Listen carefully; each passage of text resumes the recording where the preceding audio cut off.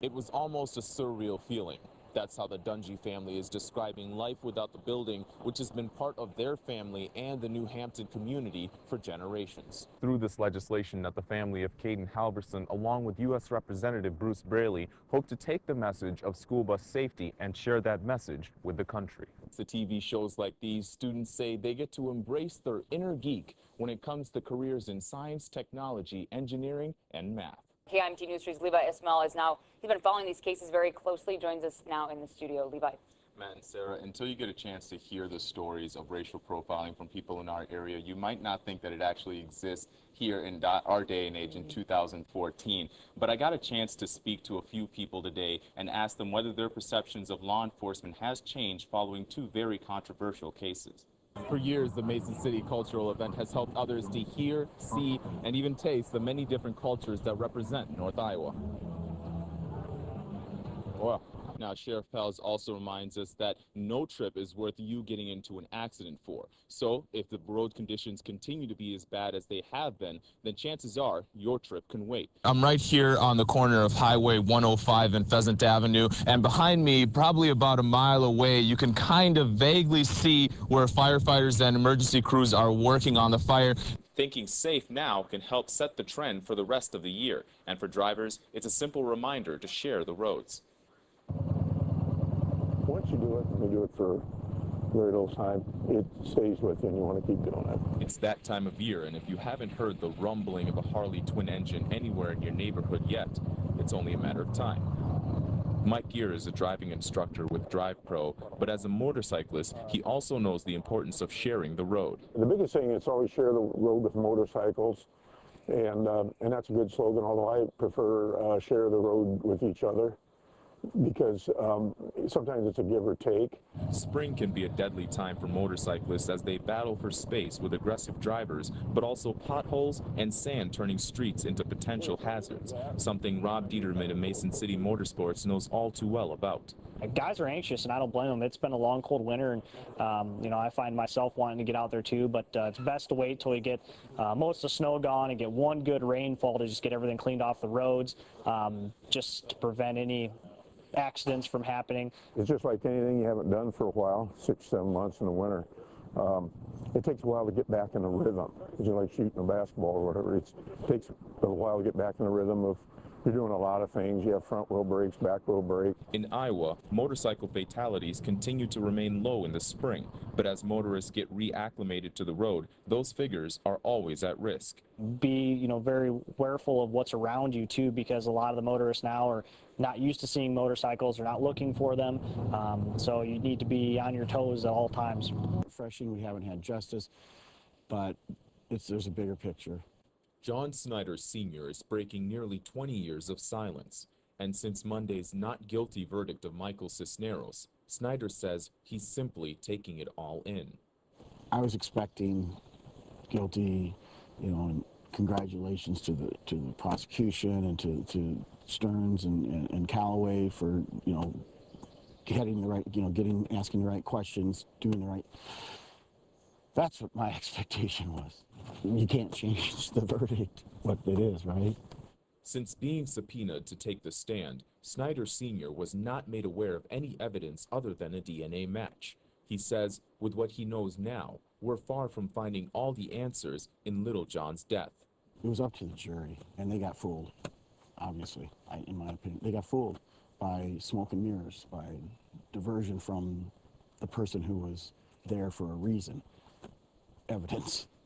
While the main suspect has now been found not guilty in the cold case killing of John Snyder Jr., police say only one official suspect remains, John Snyder Sr.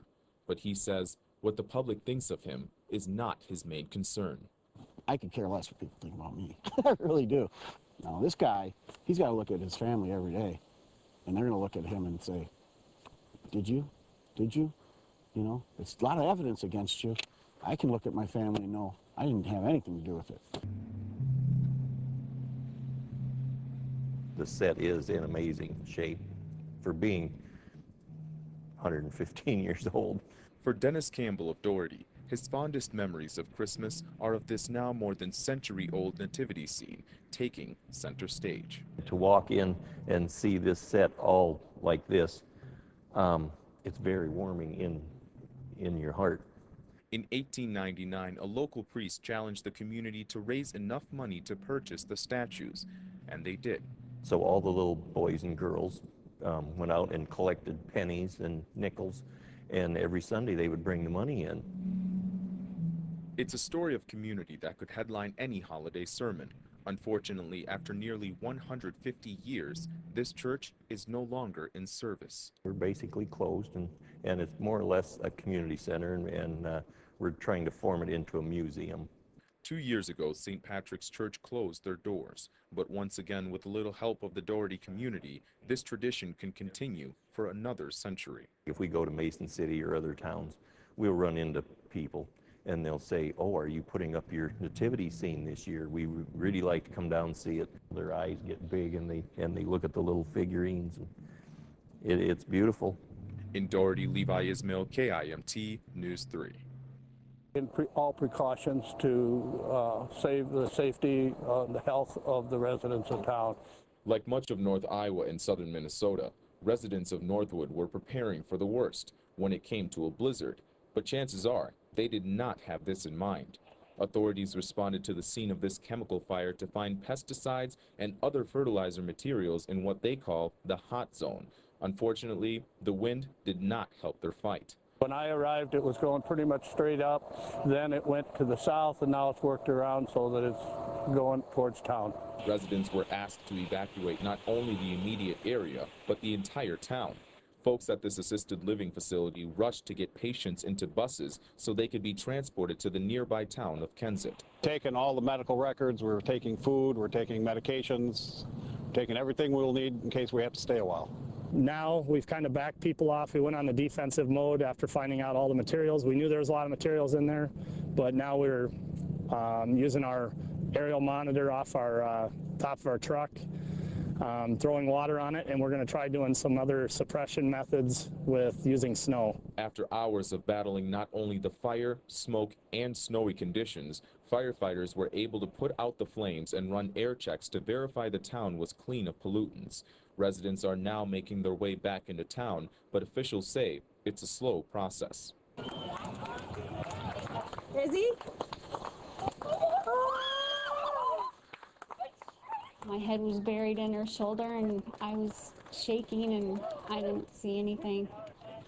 And everybody's like, "Didn't you see this? Didn't you hear that?" And Surprises come in all shapes and forms, but this is a memory Nicole Weidert will keep close for a very long time. actually, what I saw first was her bag, her camouflage bag. And then when I recognized that and I saw her because she'd gotten her hair cut, it just startled me and I just ran, kicked my shoes off and I ran. That's all I remember. Knowing her mother would never expect her home, Matreza decided to plan the ultimate surprise, one veteran to another, and the moment was all caught on tape. I just thought it would be so neat to do that for my family, and I thought it'd be the perfect opportunity. And when I knew I was coming home, I just knew that, she wouldn't see it coming. And who could blame her? Not only was this one of the first times she's seen her daughter with a new look, but also walking on her own. After enlisting in the Marines, Matreza was given her mandatory vaccines. She had a reaction to the vaccine and developed Guillain-Barré syndrome. It's a disorder where your body's immune system attacks your nerves. Matreza was disabled from the chest down and had no promise of a full recovery. I had to learn how to walk all over again. I was in a wheelchair for about 2 months, and I wasn't sure if I was ever going to walk again. She just been through a lot in the short months that she was gone, and there's nothing else she could ever do that would make me more proud of her. After months of recovery at the Medical University of South Carolina, Matreza would receive a medical retirement and a trip home. And although she may not have reached as far as she hoped in her military service, she's already won one battle. I didn't get to go far in my career in the military like I wanted to, but just knowing that I tried just like they did, I'm proud. So.